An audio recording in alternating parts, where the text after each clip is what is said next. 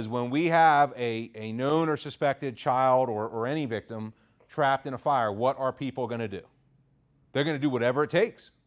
They're going to do whatever it takes, right? And so that's where I would kind of say, as a word of caution, that if your department is not prepared right now for the people trapped fire, you're a tragedy waiting to happen. You are a tragedy waiting to happen. And I don't just mean that for the victim. I mean that for the firefighter, right? And so starting at the beginning of that statement by being prepared. What do I mean by being prepared? I mean that by being that if the tones drop right now and they say whatever street for the house fire people trapped, that every member that's getting on fire trucks right now, from firefighter to driver to officer, knows everything they are supposed to do to get the best possible successful outcome out of that fire. We have to know that right now. And we're going to get deeper into that in a little bit.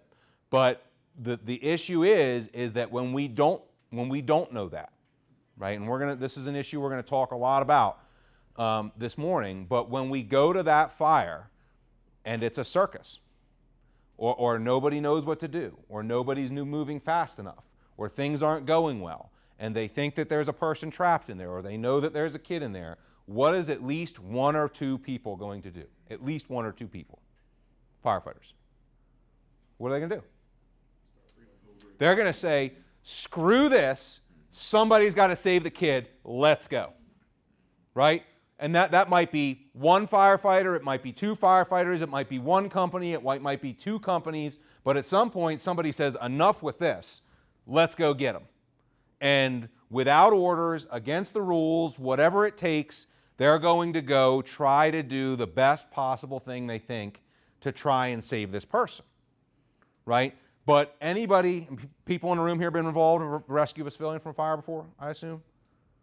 Is that a one-person operation?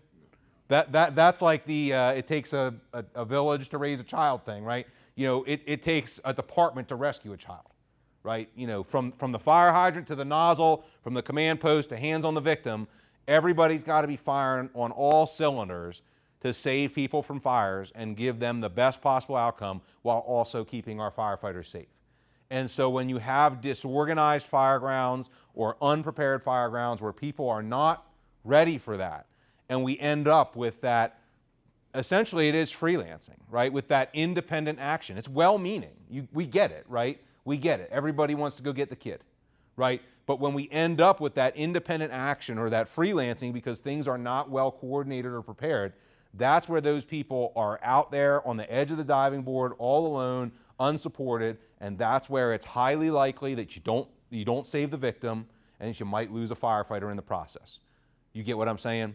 Because when everybody is not firing on all cylinders to support all sides of that rescue, right, from the hands on the victim to the water on the fire to the removal to the hospital, it's just not, there's no way it's going to have the best possible outcome. Do you get what I'm saying there?